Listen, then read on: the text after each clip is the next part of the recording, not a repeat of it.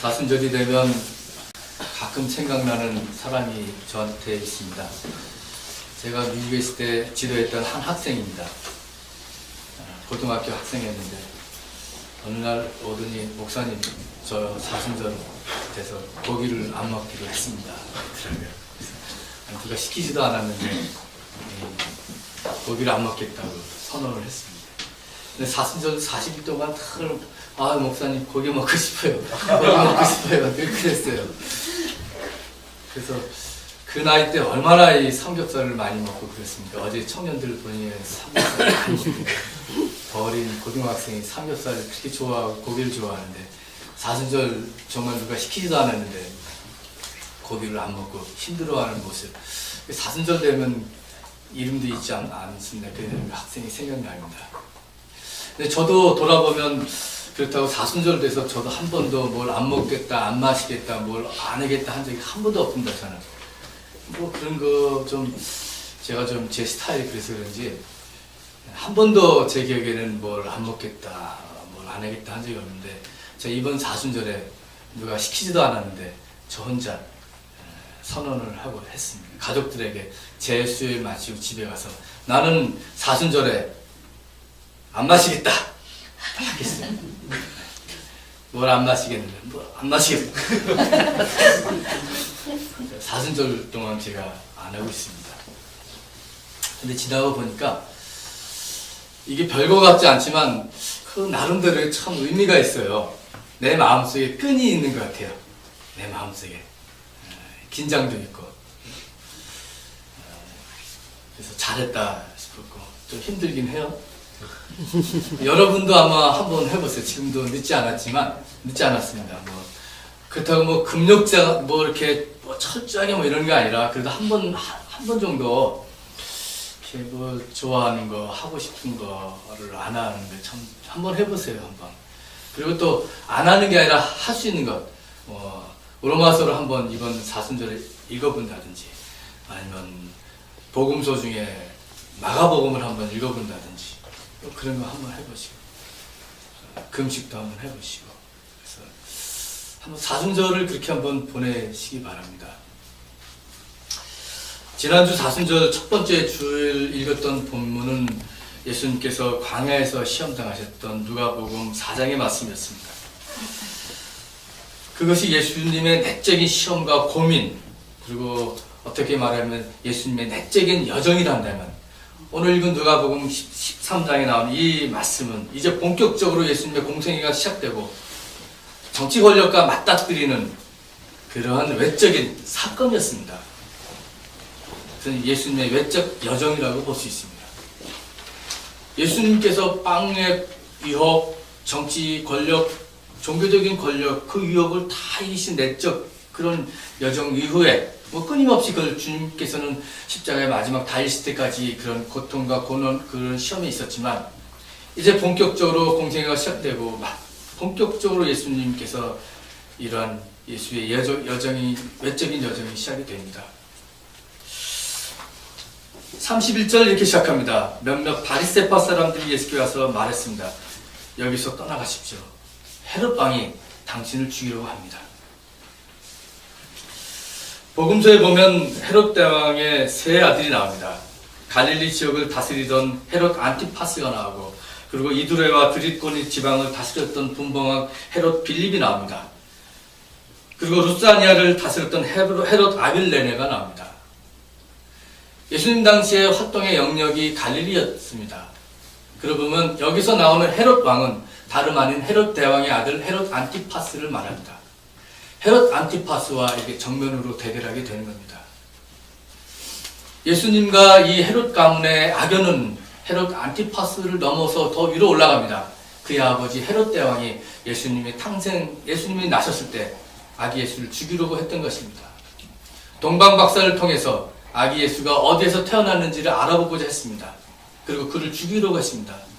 그 작전이 실패하자 헤롯의 광기는 더 심해져서 베들레헴과 그 주변 지역에 사는 그 당시에 있었던 2살 미만의 사내 아기를 다 죽이는 그러한 엄청난 일을 저질렀던 겁니다. 예수님 탄생 시기부터 이렇게 헤롯 가문과의 갈등 관계가 이제 예수님 공생애가 시작되고 나서 그 아들로부터까지도 이렇게 컨플릭트, 갈등이 생겼던 겁니다. 그 당시 그러면 예수님의 신변을 걱정해 준 것 같이 친자들에게 다가와서 예수님께 피하라고 말했던 바리새인들은 과연 누구인가? 왜 그들은 청와대의 1급 비밀을 발설했는가? 하는 겁니다. 마태복음과 마가복음에서는 예수님과 바리새인이 아주 적대적인 관계로 나옵니다. 바리새인들은 틈만 나면 예수의 말과 행동의 트집을 잡아서 죽이려고 했습니다. 권력에게 넘겨주려고 했습니다. 근데 이 누가복음을 보면 여러분 한번 읽어보시면 참 이상한 그 뉘앙스가 풍깁니다. 예수와 바리새인들 사이에. 예수와 바리새인은 함께 모여서 식탁 공동체를 형성합니다. 밥도 같이 먹고 만찬을 벌입니다. 급기야는 이 바리새인들이 헤롯의 암살 계획을 미리 알려주면서 예수를 도망치라고 했습니다. 그렇다고 이 바리새인들이 끝까지 예수를 따랐던 것은 아닙니다. 결국은 바리새인들은 예수를 십자가의 죽음에 넘겨주는 한 그 일부분의 역할을 담당하게 됩니다. 그런데 왜 갑자기 예수의 안전을 그렇게 염려하면서 1급 정보를 누설했을까요? 학자들의 많은 이야기들 중에 하나는 이렇습니다. 아마도 그들은 헤롯의 일파였다. 헤롯 안티파스의 아주 일파였다. 헤롯 안티파스가 다스리던 갈릴리 지역에서 골치 아픈 존재를 다른 지역으로 보내려고 했던 겁니다. 심지어는 빌라도가 있었던 그 지역으로 보내려고 했었다. 그렇게 얘기합니다. 예수 주변에 여기저기서 많은 사람이 몰려들고 뭔가 일으킬 것 같은 분위기가 심상치 않게 퍼져나가는 상황 속에서 아예 골치 아픈 존재인 예수를 다른 곳으로 보내려고 했던 것입니다. 그래서 예수께 다가와서 헤롯이 당신을 죽이려고 했더니 다른 곳으로 가십시오 하는 친절과 호의를 베풀었던 것입니다. 실은 그것이 아니었죠.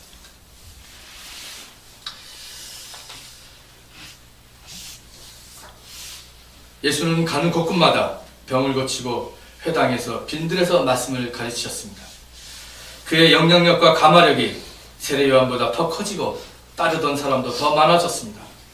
그래서 심지어는 그들 가운데는 예수를 세례 요한의 환생으로 생각할 정도였습니다. 또는 엘리야나 선지자 중에 한 사람으로 보았습니다. 그래서 예수조차도 너희는 나를 누구라고 생각하느냐 하고 제자들에게 질문했고 베드로는 하나님의 그리스도이십니다 라고 대답했던 것입니다. 헤롯 안티파스는 이 당시에 민심을 이렇게 꿰뚫어 보았던 것입니다. 사람들의 소리를 들었습니다. 세례 요한의 환생이라니 주의해야겠다. 자신의 불륜을 온 천하에 드러냈던 그 예언자, 그 세례 요한이 다시 태어났다면 물론 다시 죽여야 돼요. 엘리야, 선지자, 물론 죽여야 되겠다 하는 것입니다. 예루살렘의 정권이 갈릴리 예수를 죽이려고 했던 겁니다. 예수의 외적 여정이 본격화되는 순간입니다. 정치 권력과의 싸움이 시작된 것입니다. 여기서 예수께서는 예언자가 예루살렘이 아닌 다른 곳에서는 죽을 수 없다고 말씀하시면서 그 싸움을 외면하지 않으십니다. 오히려 헤롯 안티파스를 여우라고 부릅니다. 여러분, 우리나라 전설 따라 삼천리를 봤어도 여우는 아주 교활하고 나쁜 짐승으로 많이 나오지 않습니까? 토끼나 거북이는 착하고. 당시 헤롯 문화에서도 여우는 영리하지만 교활하고 파렴치한 동물로 여겼습니다. 구약에서 나오는 아가서나 에스겔에서는 여우는 파괴와 연관되어서 묘사하고 있습니다. 유대 정결법에서는 자카를 부정한 동물로 분류합니다. 독일어 성서 공예 해설에 의하면 여우는 무의미하고 중요하지 않은 사람을 가리킨다고 합니다. 그러므로 예수께서 헤롯 안티파스를 여우라고 불렀다는 것은 어떤 의미가 있는지 여러분 짐작하실 것입니다. 그리고 예수께서는 말씀하십니다.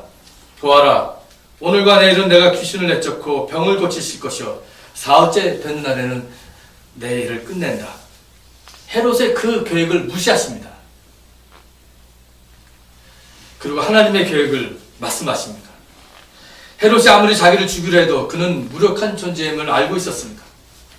예수께서는 오늘과 내일 일하겠다고, 헤롯의 탄압에도 불구하고 하나님 나라의 생명의 역사를 이루어가겠다고 그런 의연한 결단을 하셨습니다. 사흘째 되는 날에는 예루살렘에서 십자가를 지겠다는 결의를 하셨습니다. 그 결단과 결의를 헤롯이 막을 수 없다는 것이었습니다. 복음서에서의 갈릴리와 예루살렘은 아주 대조적인 의미로, 상징적인 의미로 나오고 있습니다. 예루살렘은 다윗 왕조로부터 시작한 정치와 권력 핵심부의 상징어였습니다. 대명사였습니다. 예루살렘으로 상징되는 다윗과 솔로몬의 왕조 정치가 성전을 짓고 그의 권력 유지를 위해서 백성들을 강제로 동원하고 착취했던 그런 도시가 예루살렘이었습니다. 그 예루살렘에서는 수많은 예언자를 죽였던 곳이었습니다.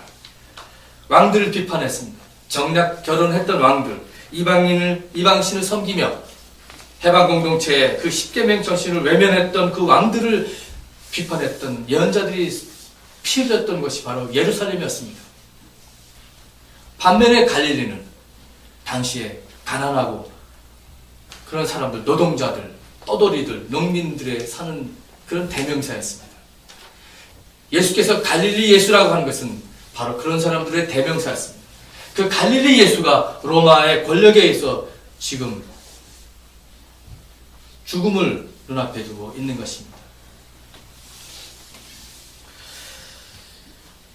예루살렘은, 그리고 예루살렘에 있던 사람들은 구약뿐만 아니라 신약에서도 로마의 침공 이후에 극이 달았습니다. 이러한 경향들, 종교와 권력이 밀착하고 하나님의 백성을 억눌리는 로마의 침략이 아주 극에 달았습니다. 예루살렘의 정치 권력자들은 로마의 점령 세력들에게 의존했고 예루살렘의 종교적 사제들은 발빠르게 정치에 아부하고 야합해서 자신들의 세력을 확장했습니다. 예나 지금이나 이 정치와 종교의 관계가 이렇게 두 가지 방향으로 나왔습니다. 예언자들이 비판적 행동을 했던 예언자들이 있고 반면에 정치 권력에 아부했던 사제들이 있었던 겁니다. 일제시대 때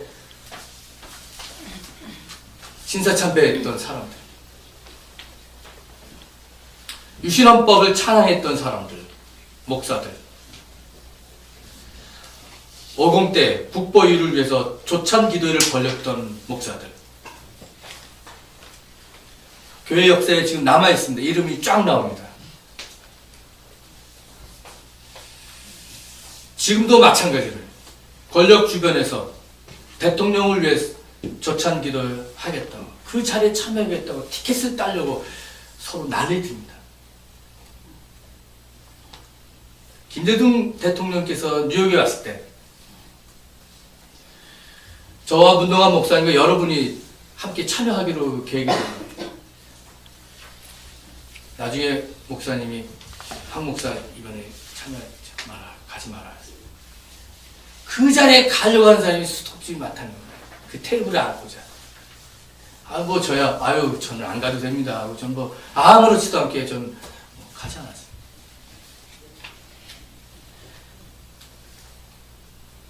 이 차대전 때 히틀러 정권에 동조했던 많은 독일교회 주류교회가 있습니다. 아이러니컬하게도 교리사를 연구하고 예수의 역사적 행태를 같이 연구했던 그 신학자들, 자유주의 신학자들, 예수의 동정녀 탄생, 육체적 부활의 퀘션을 붙이면서 연구했던 사람들이 히틀러 정권에 밀착하고 그 정권을 찬양하게 됐습니다.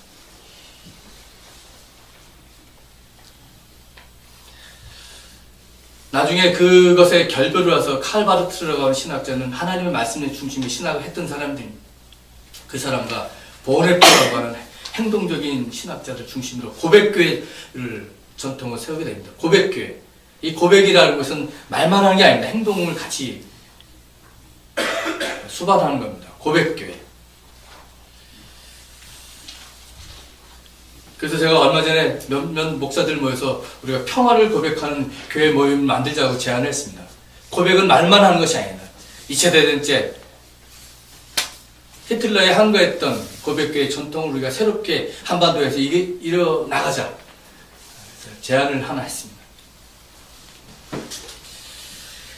정치 권력과 이 종교 간의 참 관계가 애매합니다.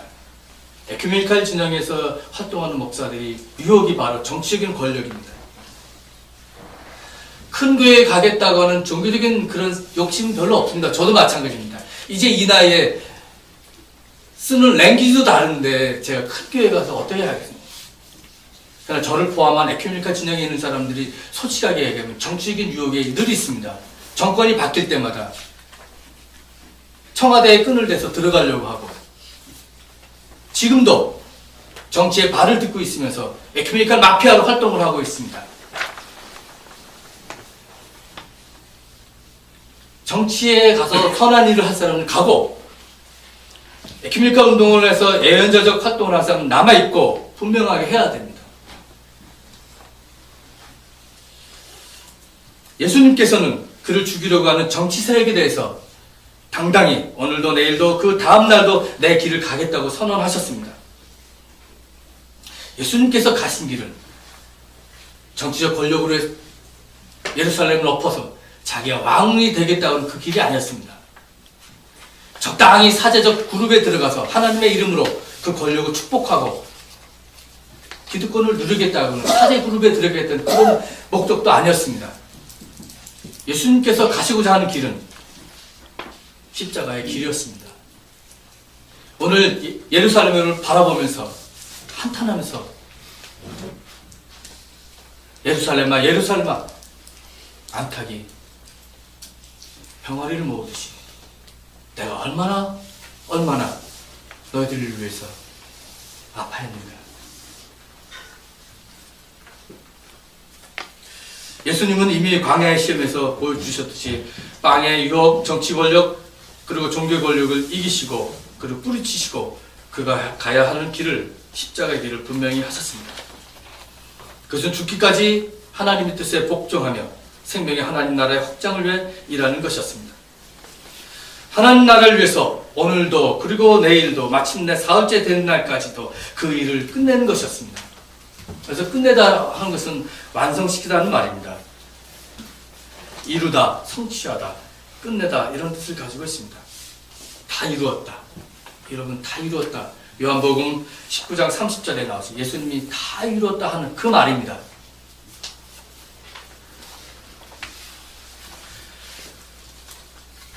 내 아버지께서 일하시니 나도 일한다고 하는 주님의 말씀처럼 오늘도 일하고 내일도 일하고 마침내 완전히 다 이루실 주님의 길을 말하고 있는 것입니다. 예수님은 헤롯에 대해서 노했습니다. 그러므로 우리는 오늘 십자가를 진다는 것은 예수님처럼 헤롯에 대해서 노하는 것입니다. 정치 권력의 유혹에 대해서 노하는 것입니다. 뿐만 아니라 하나님이 중심이 된 사회가 아니라 돈이 중심이 된 이 사회, 자본주의에 대해서 오늘의 헤롯인 이 자본주의에 대해서 노하는 것이었습니다. 요즘 수저 계급론이라고 하는 말이 있습니다. 수저 계급론 아시죠? 요새 글을 많이 봐야 돼요. 이게 젊은이들이 무슨 말을 쓰는지 헬조선이라는 말도 쓰고 수저 계급론이라는 말. 그래서 이 수저 계급론이 뭔가 하면 인터넷을 뒤져봤어요. 금수저, 금수저, 은수저, 동수저, 흑수저. 거기에 또 카테고리가 쭉 있어요. 얼마를 벌면 뭐 금수저. 돈을 많이 근데 돈 걱정 안 하고 살아가는 뭐 누구 종교 이름도 들어가 있더래요. 목사, 금수저 들어가 있어요. 은수저, 돈은 많은데 뭔가 일을 해야 되는 사람. 그래야 이게 생산이 되고 더 불린 사람. 은수저, 동수저. 나는 여기 보면 무슨 수저에 들어갈까 할 때 한 동수저 정도 들어갔어요. 동수저. 흑수저요? 집사람이 흑수저요. 그래도 제가 어떻게 목사인데 흑수저라고 교인들 앞에서 얘기했으니까 좀 레벨업 시켜서 동수저 정도 되는데 이게 참 마음이 아파요. 이런 세상이 헤롯의 세상이 아닌가. 이런 세상에 대해서 예수는 정말 노하신 것입니다. 아니요. 종교적으로도 마찬가지입니다. 전에는 하나님, 바알이 분명했습니다. 하나님이냐 바알이냐는 분명하게 구별돼서 우리는 바알을 섬기지 않겠다고 얘기해요. 그런데 요즘 교회에서는 이 바알을 하나님의 이름으로 섬기고 있습니다. 바알을. 제가 지난주에 말씀드렸죠. 번영, 축복, 번영신앙 가장 경계해야 될 게 바알입니다. 그것을 하나님의 이름으로 우리가 섬기고 있는 것입니다. 이것이 바로 헤롯입니다. 오늘의 헤롯입니다.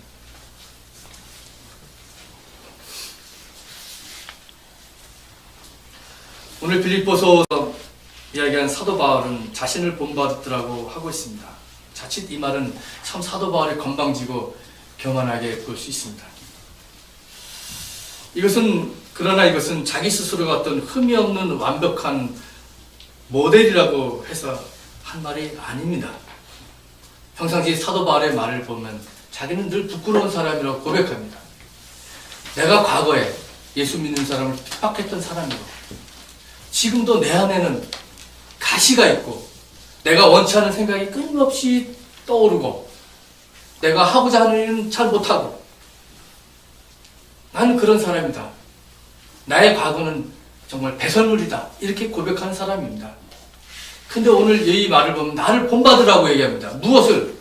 사도 바울의 이 약점, 죄성, 악마성, 이거 본받으라는 것이 아닙니다. 사도 바울이 본받으라는 것은 자기의 인생이 골이 바뀌어 목적이 바뀌어서 이제는 십자가의 도만을 전하겠다는 예수 그리스도의 십자가와 부활만 전하겠다고는 삶의 목적과 근본적인 방향 이것을 본받으라고 한 것입니다. 여러분 황 목사 제가 언제 나를 본받으라고 분명히 얘기했습니다. 그러나 내가 살고 있는 삶을 통해서 교인들이 본받을 수 있도록 제가 겸손하게 노력을 해야 되는 겁니다. 사도 바울은 이렇게 끊임없이 자기를 본받으라고 했던 것입니다. 그래서 부활하신 예수, 십자가 달리신 예수를 증언하고자 하는 그의 삶이 있습니다. 반면에 사도 바울은 나를 본받으라고 하면서 십자가에 원수된 사람들을 엄명하고 있습니다. 빌립보 교회에는 사도 바울이 보기에 십자가의 도를 따르지 않는 사람 일군의 무리들이 있었습니다. 그 사람들은 율법주의로 살아가는, 율법으로 구원받았다고 하는 아직도 구약 전통에 매몰되어 있는 율법주의에 사로잡혀 있는 사람들이었습니다. 두 번째, 믿음으로 의롭다라고 고백하지만 그것이 너무 잘못 해석해서 이제는 자기 마음대로 아무 꺼리낌 없이 모든 것이 가하다라고 하는 사람들, 그런 사람들이 바로 십자가에 원수된 사람들이라고 했던 것입니다. 어떻게 얘기하면 이 십자가에 원수된 사람들은 반 헤롯의 길을 간 사람과 같습니다. 십자가에 원수된 사람, 그 마음속에는 자기의 독선이 있고 교만이 있고 허위가 있고 자기의 의가 있는 것입니다. 교회 봉사를 하더라도 자기의 의로 한다면 헤롯입니다. 무슨 일을 하든 간에 십자가 위에 예수를 나타내고 그분을 따르겠다고 생각하지 않고 교만하고 뭔가 나타내려고 하는 봉사도 다 그것은 십자가의 원수된 길이고 헤롯의 길입니다. 바울이 그것을 보여준 것입니다. 그러면서 바울은 우리의 신권은 하늘에 있다 이렇게 얘기했습니다. 하늘이 만약에 공간적인 의미로 저 하늘만이 아니라 하나님의 주권이 선포되는 그리고 하나님의 뜻이 성취되는 모든 것을 의미한다면 그곳에 우리의 목적과 우리의 삶의 근본적인 방향이 있다는 겁니다. 하늘의 신권은 바로 이것입니다. 로마 권력, 헤롯의 예루살렘이 아니라는 겁니다. 세상의 권력과 지배층의 야합하는 사제의 계급이 아니라 바로 하늘나라의 시민권은 그리스도께서 가신 십자가의 길이 있다는 겁니다. 사도 바울이 그것을 얘기한 겁니다. 그래서 나를 본받으라고 얘기한 겁니다. 우리의 내부적인 마음, 저도 마찬가지로 내적인 욕망이 늘 있습니다. 불교에서는 인간의 모든 고를 바로 이런 무지와 욕망이라고 표현하고 있습니다. 욕망 속에서 그 욕망으로 자기 욕망의 신상 앞에 절하는 것이 바로 오늘의 우상 숭배입니다.